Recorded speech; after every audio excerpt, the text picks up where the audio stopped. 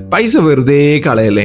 ഞാനിങ്ങനെ പറയാൻ കാരണം ഒരുപാട് ആളുകൾ പ്രൊജക്റ്റ് ബിൽഡ് ചെയ്യുന്ന സമയത്ത് ഒരു പ്രോപ്പർ പ്ലാനിങ്ങോ പ്രോപ്പർ ഡിറക്ഷനോ ഒന്നും ഇല്ലാതെ പ്രൊജക്റ്റ് അങ്ങ് ബിൽഡ് ചെയ്യാൻ തുടങ്ങും.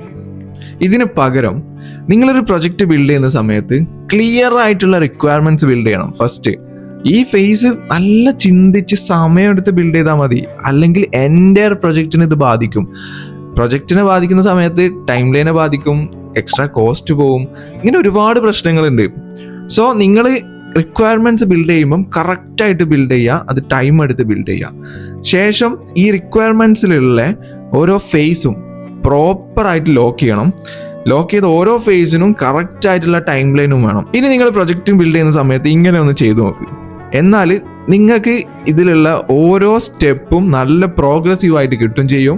നിങ്ങൾക്ക് ബിസിനസ് ഡയറക്ഷൻ നല്ല പ്രോപ്പറായിട്ട് മുന്നോട്ട് കൊണ്ടുപോകാനും പറ്റും. ഇത് കേൾക്കുമ്പോൾ ഒരു പക്ഷേ നിങ്ങൾക്ക് തോന്നും ഇതൊക്കെ ആർക്കും അറിയാത്തത്. എന്നാൽ ശരിക്കും മാർക്കറ്റിൽ എന്താ സംഭവിക്കുന്നതെന്ന് അറിയോ? ഒരു പ്രൊഡക്റ്റ് ബിൽഡ് ചെയ്യുന്ന സമയത്ത് ആദ്യം അതിന്റെ ഡിസൈൻ ബിൽഡ് ചെയ്യും. ഈ ഡിസൈൻ ബിൽഡ് ചെയ്ത് ഒരു നെക്സ്റ്റ് സ്റ്റെപ്പിലേക്ക് പോകുന്ന സമയത്തായിരിക്കും പറയുന്നത് ഈ ഒരു കോൺസെപ്റ്റ് വേണ്ട, നമുക്ക് വേറൊരു കോൺസെപ്റ്റ് പിടിക്കുക, അത് കുറച്ചുകൂടി ബെറ്റർ ആയിരിക്കും. ഫസ്റ്റ് തന്നെ ആ ഒരു സ്റ്റെപ്പ് പാളി, ടൈം ലൈൻ എഫക്ട് ചെയ്തു, കോസ്റ്റ് കൂടി. ഇനി കുറച്ച് ഫീച്ചേഴ്സ് ഒക്കെ ബിൽഡ് ചെയ്തതിന് ശേഷമായിരിക്കും പറയുന്നത് നമുക്ക് ഈ ഫീച്ചേഴ്സ് ഒന്നും വേണ്ട, നമുക്ക് ഇതിന് പകരം ഇന്ന ഫീച്ചേഴ്സ് ആഡ് ചെയ്യാം. ഇതോടുകൂടി ആ ഒരു അത്രയും സമയം വേസ്റ്റ് ആയി, അത്രയും എഫേർട്ട് വേസ്റ്റ് ആണ്, അത്രയും കോസ്റ്റ് പിന്നെയും നഷ്ടമായി. ഇനി പ്രൊജക്ട് ഫിനിഷ് ആവാൻ സമയത്തായിരിക്കും മെയിൻ അണ്ടർലൈൻ സ്ട്രക്ചറിൽ വരുന്ന ഒരുപാട് കാര്യങ്ങൾ നമുക്ക് ഈ ഒരു വർക്ക് ഫ്ലോ ചേഞ്ച് ചെയ്തിട്ട് ഇന്നതിലേക്ക് മാറാം എന്നുള്ള രീതിയിലുള്ള സംസാരങ്ങളൊക്കെ വരുന്നത്. ഇതോടുകൂടി പ്രൊജക്റ്റിൽ ഒരുപാട് പ്രശ്നങ്ങൾ, ബഗ്സ്, വർക്ക് ഫ്ലോയിലുള്ള പ്രശ്നങ്ങൾ, കുറെ കണക്ഷൻസ് മിസ്സാവുന്നത്, ഒരുപാട് പ്രശ്നങ്ങൾ ഇതോടുകൂടി വരും. നമുക്ക് ഡെഡ് ലൈൻസ് മിസ്സാവും, പ്രോപ്പർ ക്ലാരിറ്റി ഇല്ലാതെയാവും, ഡയറക്ഷൻസ് മിസ്സാവും. ചില സമയത്ത് ആലോചിക്കുന്ന സമയത്ത് ഇതൊക്കെ ചിലപ്പോൾ നമുക്ക് ആഡ് ചെയ്താൽ നല്ലതാണെന്ന് തോന്നും. പക്ഷെ ഞാൻ നേരത്തെ പറഞ്ഞ പോലെ ഇതൊക്കെ നമ്മൾ റിക്വയർമെന്റ്സ് ബിൽഡ് ചെയ്യുന്ന സമയത്ത് തന്നെ നല്ല രീതിയിൽ ശ്രദ്ധിച്ചാൽ ഇതൊക്കെ നമുക്ക് സോർട്ട് ചെയ്ത് വരാവുന്നതേ ഉള്ളൂ.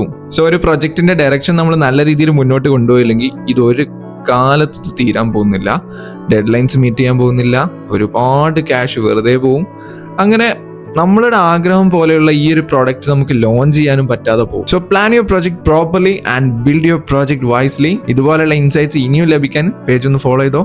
Okay, by.